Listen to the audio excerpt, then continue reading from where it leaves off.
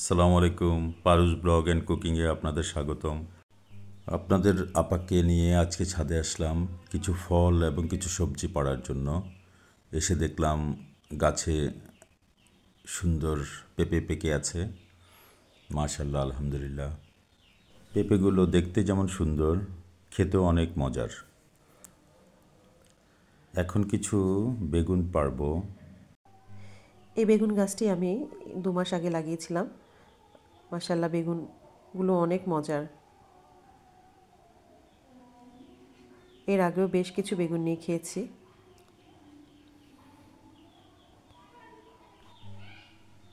বেশ কিছু সিম পাড়ার উপযোগী হয়ে গেছে, একদম বিছিয়ে পোক্ত হয়ে গেছে। আজকে সবগুলো সিম পেড়ে নিব।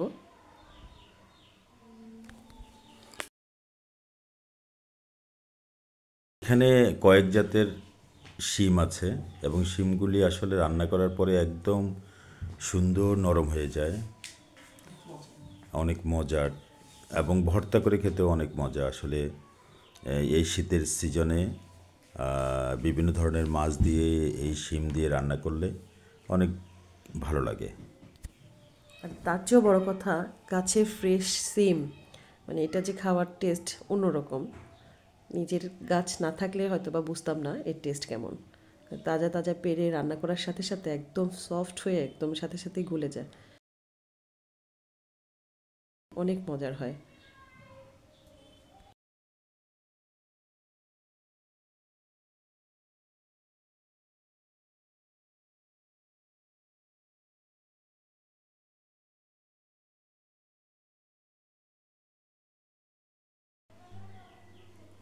এই সিম গাছটা আমি একটা শশা গাছের সাথে দিয়েছি।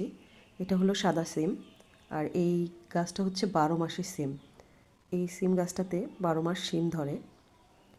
সিমগুলো ছোট ছোট, অনেক মজার হয়। আর এখানে বেশ কিছু শশা আছে, শশাগুলো সব পেড়ে নিব। গাছটা লাল হয়ে গেছে, এখানে সম্ভবত আর শশা ধরবে না, তারপরে গাছটা তুলে ফেলবো। আসলে এখানে অনেকগুলি শসা খেয়েছি এই গাছ থেকে। শসাগুলি অনেক মজার, যদিও দেখে মনে হয় হয়তোবা অনেক বুড়া হয়ে গেছে, কিন্তু আসলে না, একদম কচি, ভিতরটা একদম কচি। মিষ্টি মিষ্টি, খেতেও মাশাল্লাহ, মিষ্টি মিষ্টি। অনেক মজার। শসাগুলি অনেক মজার, আলহামদুলিল্লাহ। নিজেরা খেয়েছি এবং প্রতিবেশীদেরকেও দেওয়ার চেষ্টা করেছি। আর গাছটা অনেক দিন হওয়াতে মানে এখন খুব একটা শশা নেই।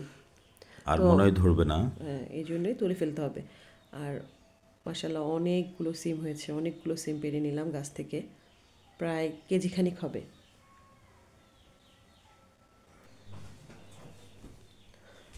মাশাল্লাহ, কতগুলো সিম। কিছু টমেটো পেড়ে নেব। আজকে যা যা হারভেস্ট করলাম: স্কোয়াশ, টমেটো, প্রায় 1.5 কেজির মতো সিম, পাকা পেঁপে, অনেকগুলো শসা,